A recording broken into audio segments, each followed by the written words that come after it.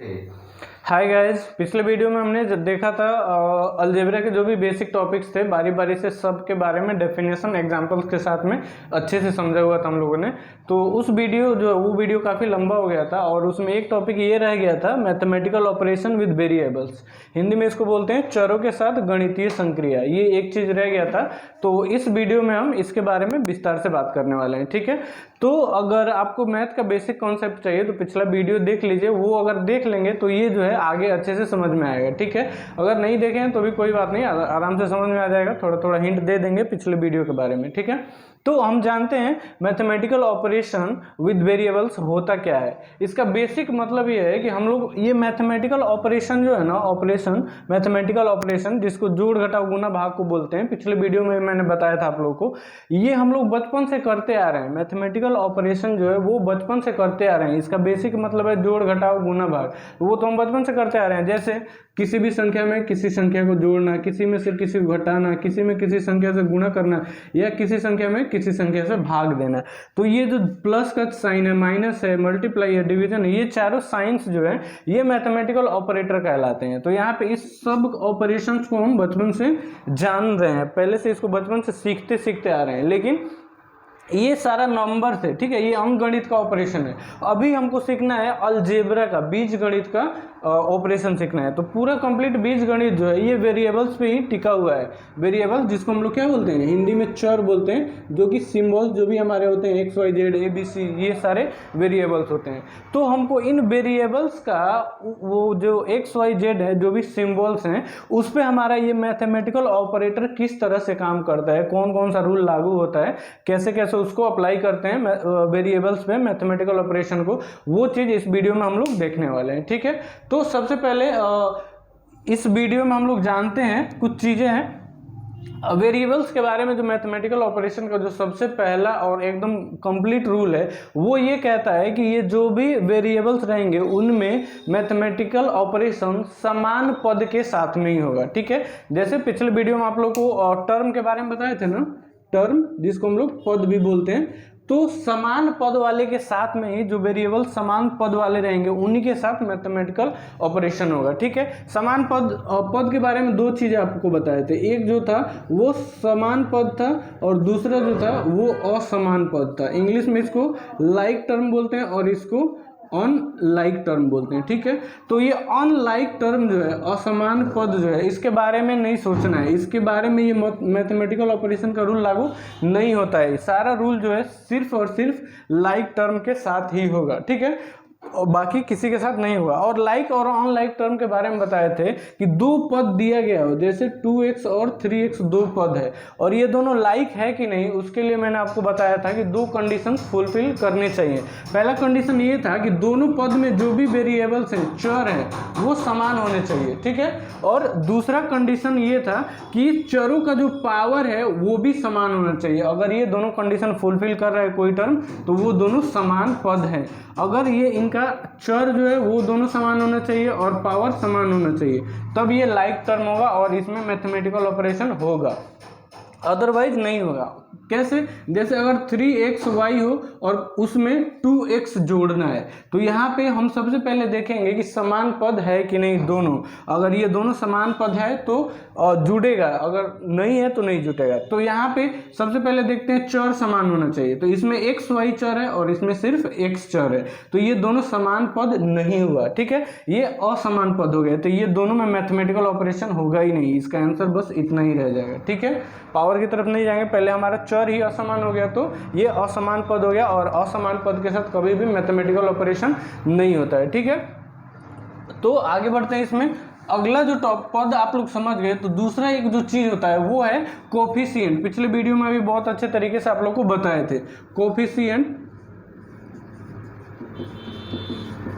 इसको हिंदी में हम लोग क्या बोलते हैं, गुणांक बोलते हैं। ठीक है, गुणांक के बारे में इसका पूरा कंप्लीट कॉन्सेप्ट जो है पिछला वीडियो में लिंक जो है डिस्क्रिप्शन में डाला हुआ है, अगर आप चाहे तो उसको चेक इट कर सकते हैं। ठीक है, तो गुणांक के बारे में आप लोग बताए थे, जैसे ये एक एक्सप्रेशन है, एक अलजेब्रिक एक्सप्रेशन है, इसमें x का कोफिशिएंट यानी कि x का गुणांक 2 है। ठीक है, उसी तरह से अगर 3y लिखा गया है तो y का गुणांक जो है वो 3 है, ये है हमारा गुणांक, इसे कोफिशिएंट बोलता है। अगर खाली y लिखा हो तो इसमें किसी भी चीज़ से गुणा नहीं हुआ है तो 1 से होता ही होता है, 1 छुपा रहता है हमेशा।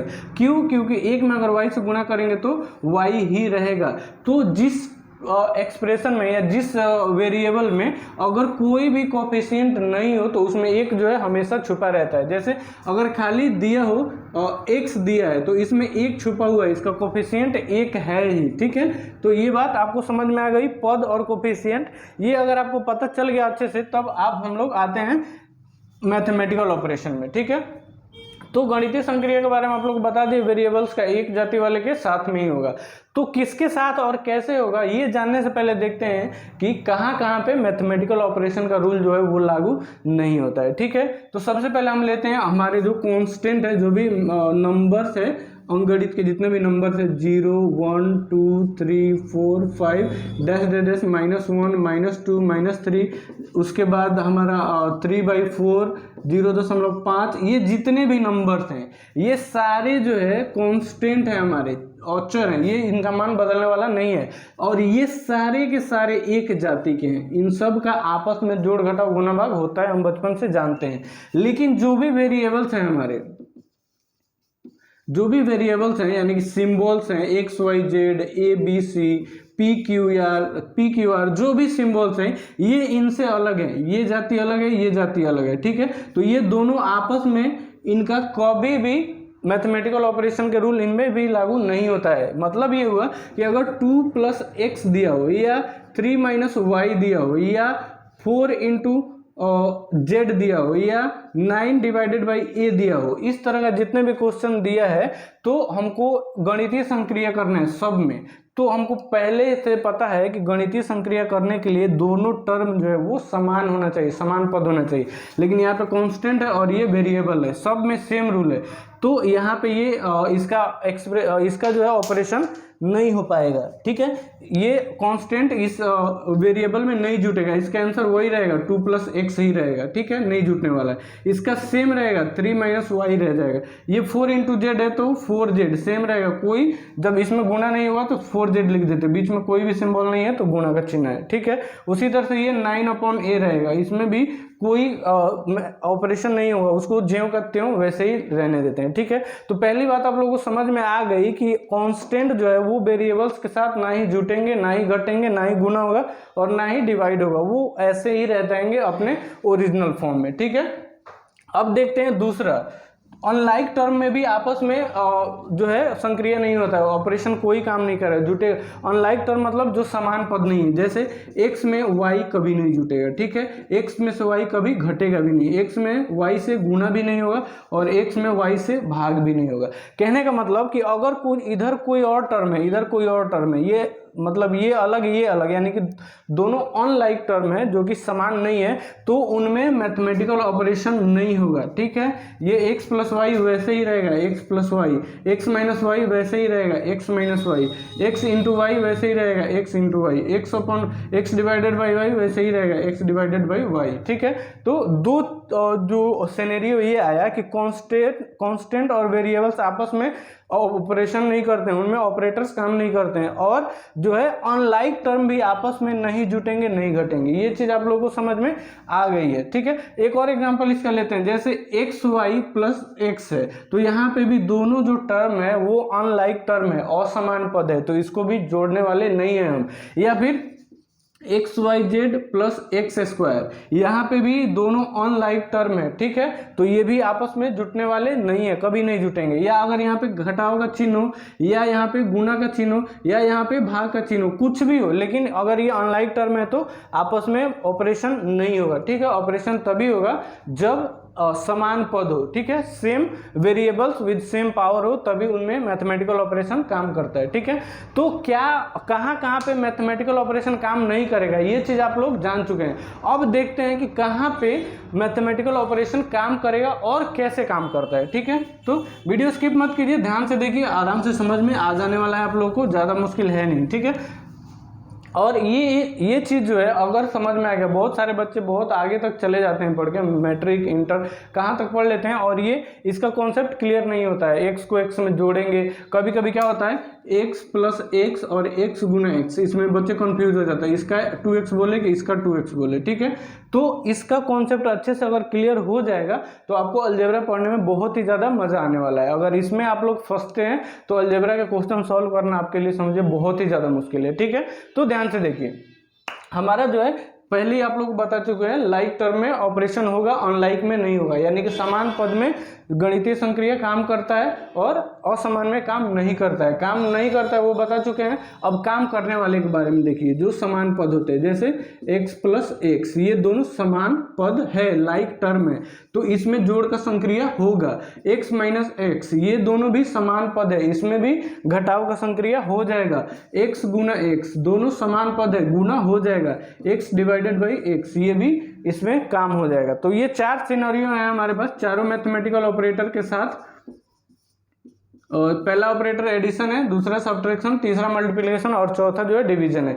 तो ये चारों ऑपरेटर्स के साथ जो रूल लागू होता है कब, जब सभी के सभी समान टर्म होने चाहिए, ठीक है।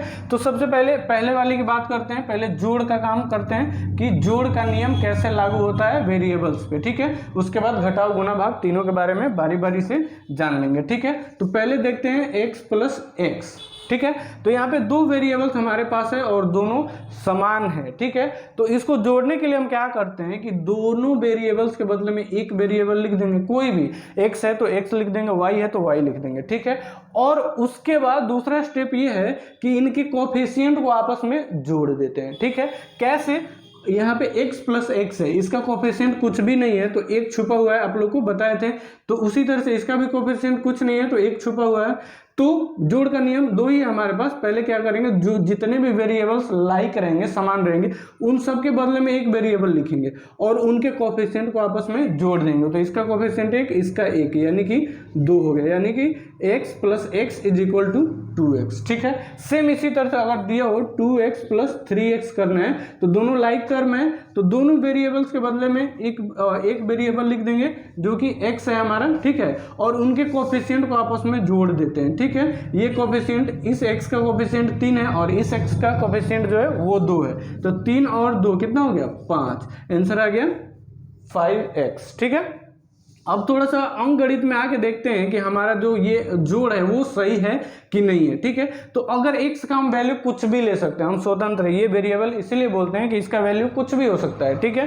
तो दोनों तरफ x का वैल्यू अगर हम 4 लेके देखते हैं, ठीक है, तो यहाँ पे x का वैल्यू 4 रखते हैं, तो 2 into 4 plus 3 into 4 is equal to 5 into 4 हो गया। इसको थोड़ा सॉल्व करते हैं, 2 इंटू 4 8 हो गया, प्लस 3 इंटू 4 12 हो गया, इज इक्वल टू 5 इंटू 4 20। तो ये हो गया 8 और 12 कितना हो गया 20 इज इक्वल टू 20। यहाँ पे हमारा LHS बराबर RHS आ गया, left hand side is equal to right hand side equal है। दैट मीन्स कि ये हमारा जो एडिशन का रूल है वो सही है, ठीक है। तो उम्मीद है आप लोगों को समझ में आ गया होगा, एकदम आसान है। सबसे पहले क्या करेंगे कि जो समान वेरिएबल्स होंगे उनके बदले में एक वेरिएबल लिखेंगे और उनके कोफिशिएंट को आपस में जोड़ देते हैं। एक और एग्जांपल देखिए, xyz plus 2xyz plus 3xyz, इनको जोड़ना है। तो तीनों के तीनों देख रहे हैं समान पद है, तीनों में चर क्या है, xyz है, ठीक है। तीनों में चर जो है वो xyz है और तीनों का पावर 1 1 1 है। x का पावर तीनों में 1, y का पावर तीनों में 1, z का पावर तीनों में 1, तो तीनों जो है वो समान पद है। तो जोड़ने का नियम ये है कि वेरिएबल्स जितने भी हैं उनके बदले में एक लिख देते हैं, ठीक है, xyz xyz xyz, तो एक xyz लिख दिए। अब इनके कोफिशिएंट को, इनके गुणांक को हम जोड़ लेते हैं। तो इसका गुणांक 3 है, इसका गुणांक 2 है और इसका गुणांक 1 है, तो 1 और 2 3 और 3 6, यानी कि इसका आंसर जो आ गया वो 6xyz हो गया, ठीक है। आगे होगा समझ में। वेरिएबल्स के बदले में एक वेरिएबल लिख देंगे सब के बदले में, और उनके कोफिशिएंट को आपस में जोड़ देते हैं। सिंपल है, एकदम सिंपल। ठीक है, अब आते हैं जो है ऑपरेटर जो है सब्ट्रैक्शन का जो है वो काम कैसे करता है उसको देखते हैं, यानी कि x माइनस एक्स जो है वो कैसे काम करेगा इसके बारे में देखते हैं हम लोग। ठीक है, तो जैसे हमारा एडिशन का रूल काम कर रहा था वैसे ही सेम टू सेम सब्ट्रैक्शन का भी रूल काम करेगा इसमें। तो हम क्या कर रहे थे पहले एडिशन में कि दोनों वेरिएबल्स के बदले में एक वेरिएबल लिख रहे थे और उनके कोफिशिएंट को आपस में क्या कर रहे थे, जोड़ रहे थे। तो यहाँ पे घटाव में क्या करेंगे, दोनों वेरिएबल्स के बदले में एक वेरिएबल लिखेंगे और उनके कोफिशिएंट को घटा लेंगे। ठीक है, तो इसका कोफिशिएंट 1 है, इसका भी कोफिशिएंट 1 है, तो घटाएंगे तो 1 माइनस 1 कितना हो गया, 0 into x is equal to 0। आगे समझ में। उसी तरह से अगर 3x माइनस 2x लिखा हो तो दोनों वेरिएबल्स के बदले में एक वेरिएबल लिख देंगे और उनके कोफिशिएंट को क्या करेंगे, घटा लेंगे। तो 3 में से 2 घटाएंगे तो 1 बच गया, तो 1 से x में गुना करेंगे तो ओनली x आ जाएगा आंसर। ठीक है, दूसरा एग्जांपल लेते हैं 3xy माइनस xy। ठीक है, तो दोनों समान पद है, दिख रहा है, चर समान है, घात समान है, तो ये xy और ये xy दोनों सेम है, तो इनके बदले में एक xy लिख देंगे। ठीक है, और इनके कोफिशिएंट को आपस में घटा लेंगे, तो इसका कोफिशिएंट 3 है और इसका कुछ नहीं है तो 1 है। ठीक है, इसका कोफिशिएंट कुछ नहीं है तो 1 है, तो 3 में से 1 घटाएंगे तो कितना हो जाएगा, 2 हो जाएगा। ठीक है, तो इसका आंसर हो गया 2xy। समझ में आ गया होगा आप लोगों को,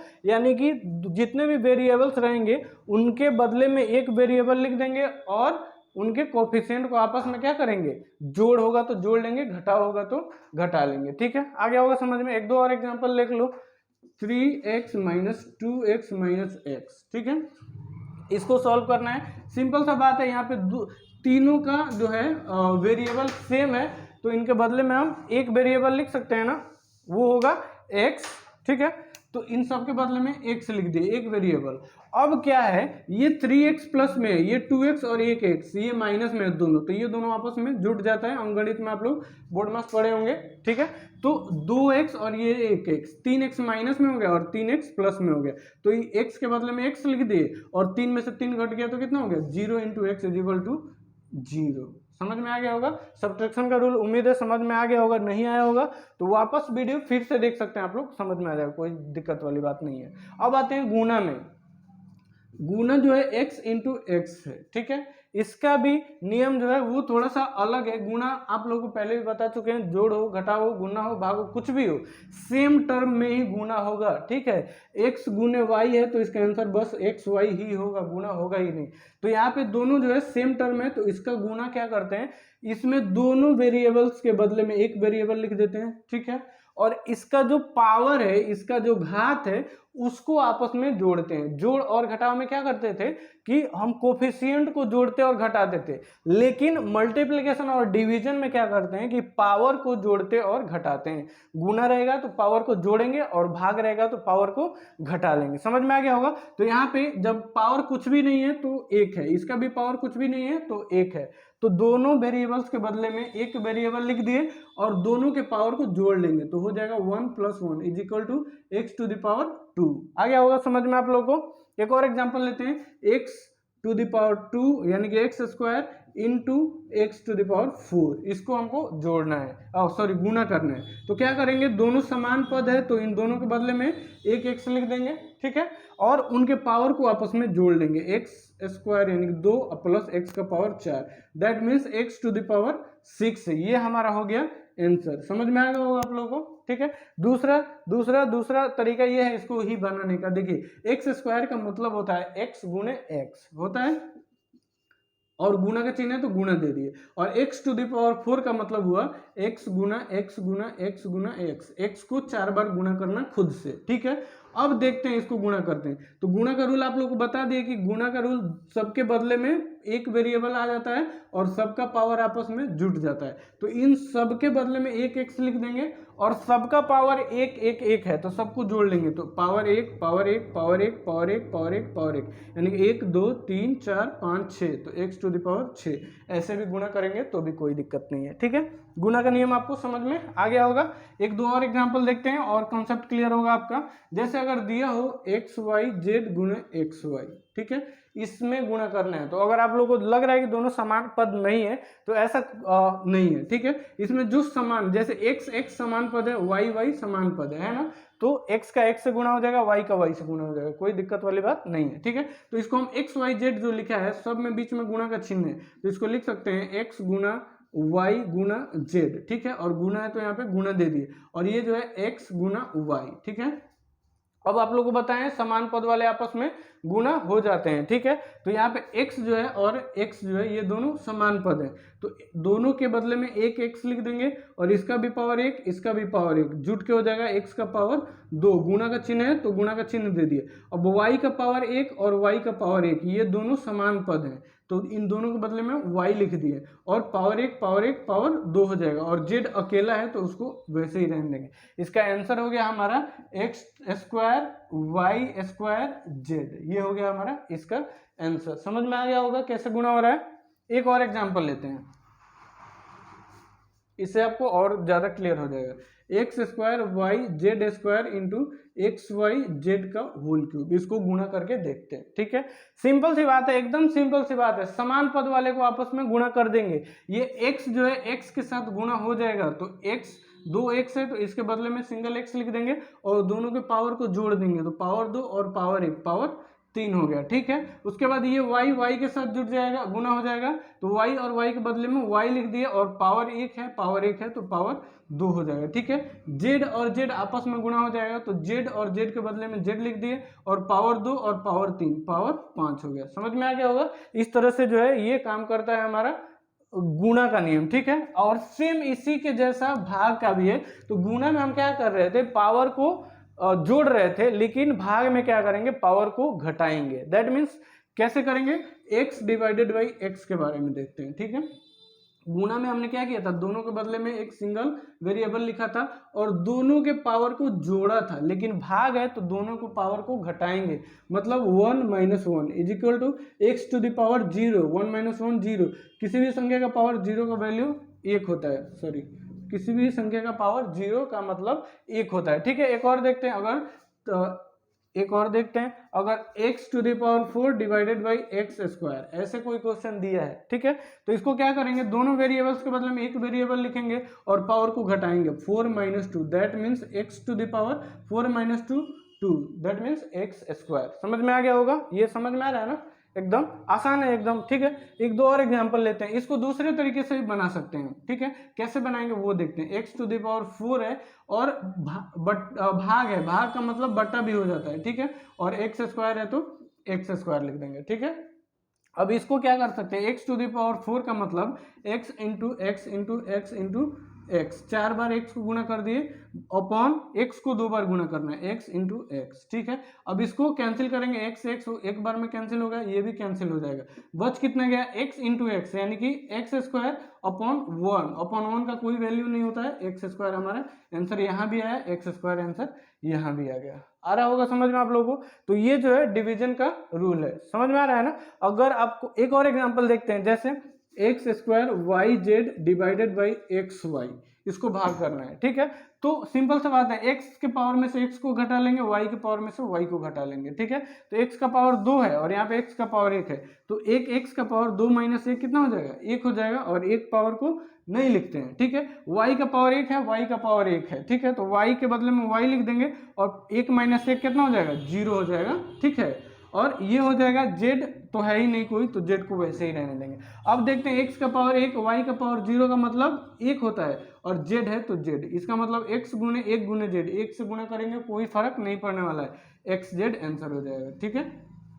आ रहा हुआ समझ में। इसको दूसरे तरीके से कैसे बनाएंगे वो देखिए, एक्स स्क्वायर वाई जेड है और ये भाग है, भाग का चिन्ह है ना डिवीजन का, इसको अपॉन भी लिखते हैं, ये दोनों एक ही बात है, ये भाग का चिन्ह है, ठीक है।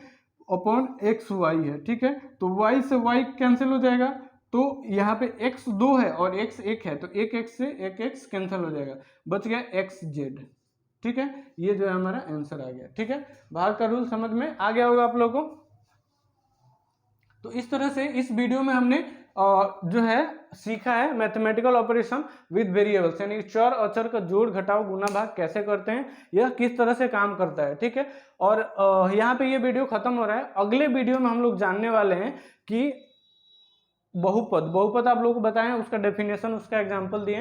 तो बहुपद का जोड़ घटाव गुना भाग, यानी कि ये मैथमेटिकल ऑपरेशन जो है वो पोलिनोमियल्स पे कैसे काम करता है। ठीक है, ये चीज हम लोग जानने वाले हैं अगले वीडियो में। और दूसरा ये चीज भी जानेंगे कि एक इक्वेशन जो होता है अलजेब्रिक इक्वेशन, वो होता क्या है और उसमें जो है कितने प्रकार के होते हैं और उसको सॉल्व कैसे किया जाता है, इस चीज को हम लोग, और उसका गुण धर्म क्या होता है, एक इक्वेशन का जो है प्रॉपर्टीज क्या होता है, ये बहुत ही ज्यादा जरूरी है। वो क्या होता है कि जैसे x + 3 = 9, तो ये जो इक्वेशन आपके साथ में है, इसके बहुत सारे गुण धर्म होते हैं। जैसे इधर अगर सेम चीज से मल्टीप्लाई करें दोनों साइड में, तो भी इस इक्वेशन में कोई फर्क नहीं पड़ने वाला है। सेम चीज अगर जोड़ दें तो भी दोनों साइड में, तो कोई भी फर्क पड़ने वाला नहीं है। तो ये सारा गुण धर्म जो है इक्वेशन का हम लोग जानने वाले हैं अगले वीडियो में। तो इंतजार कीजिए अगले वीडियो का।